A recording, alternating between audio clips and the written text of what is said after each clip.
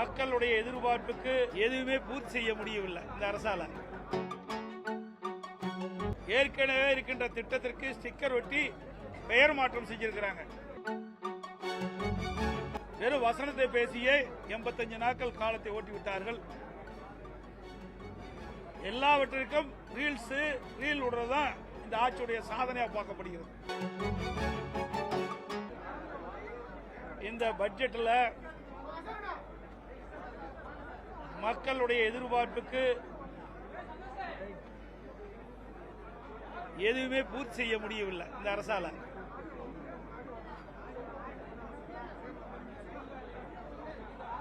இந்த அரசாங்கம்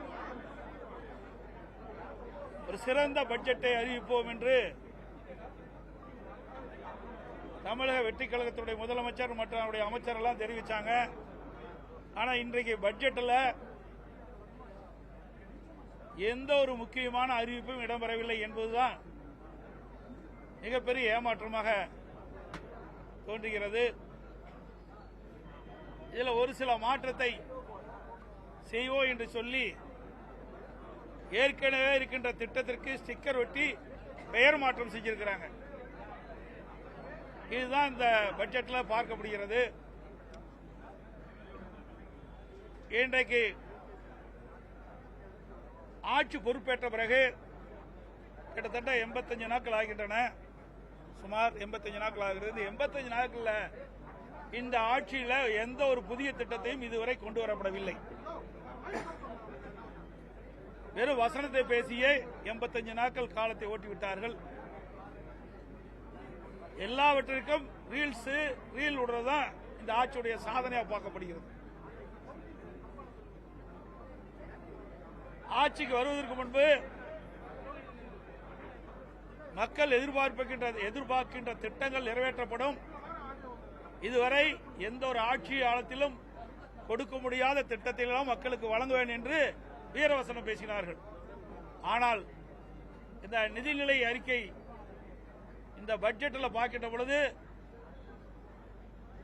ஒன்றுமே எந்த ஒரு திட்டமுமே முழுமையாக இடம்பெறவில்லை. புதிய திட்டங்கள் எதுவுமே இடம்பெறவில்லை.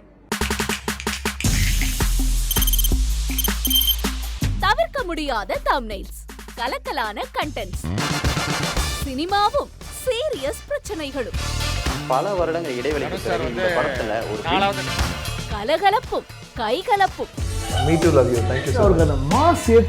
போயிட்டே தான் இருக்காரே தவிர பிரேக்கே இல்லாமல் பிரேக்கிங் நியூஸ் சொல்லும் தந்தி டிவி ஆப்.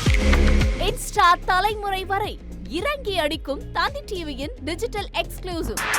அது தண்ணிக்குள்ள போகும்போது ஹேங் ஆயிடுச்சு.